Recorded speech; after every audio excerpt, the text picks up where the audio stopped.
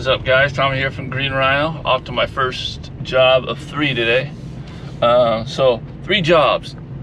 It's gonna take us at the most around 6 hours. It's gonna be 2 of us. Each job will take between an hour and a half to 2 hours. The first one's probably gonna take closer to an hour and a half. Second one, I'm thinking about 2 hours. It's a 3 area, 2 large rooms, and a hall. So yeah, about 4 areas total, and then a couch. Should take us about 2 hours. Last one's gonna be a little bit more. It's a sofa, it's 4 dining room chairs, a bedroom, and an area room. So the total is going to be around $1,000 a day today. Okay, so it's going to take us between I'd say between 5 and 6 hours. That's including driving and everything. So it's not even a full-time day, guys. It's not even an 8-hour day. And people ask me, you know, how do you get, you know, so much done in a short amount of time? Because, guys, there's some people that take way too long on jobs, and there's ways you can shorten that up. You know, obviously when you have a helper, it helps out because they're vacuuming while you're unloading, setting things up. They're pre-scrubbing, and then you're extracting. They're working ahead of you. All right. If you pre-mix your solution before you head off to your job, you know, like I mixed up about 4 gallons of solution.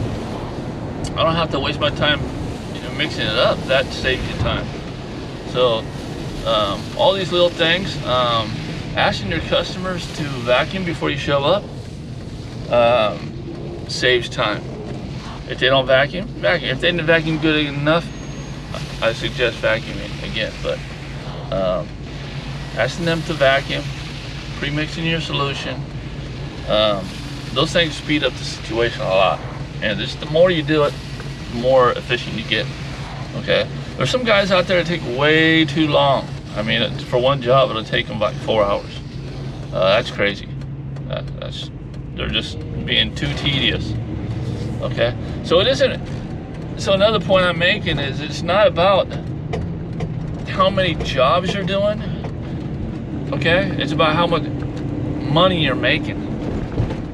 You know, there's guys that in order to make about $1,000 a day, they got to do like 6 jobs a day because they're priced too low, and they're attracting the wrong customers. So that's just a little bit of advice for you guys out there just starting the carpet cleaning business. Make sure your pricing is not for the price shoppers. That means you're going to get some people calling you and they're going to not want to use you because you're too expensive. That's fine, because 1 customer equals 2 customers like that. Would you rather be on 1 job and make the same amount of money, or have to do 2 jobs to make that amount of money? Okay? It's going to take you a lot longer because you're driving also.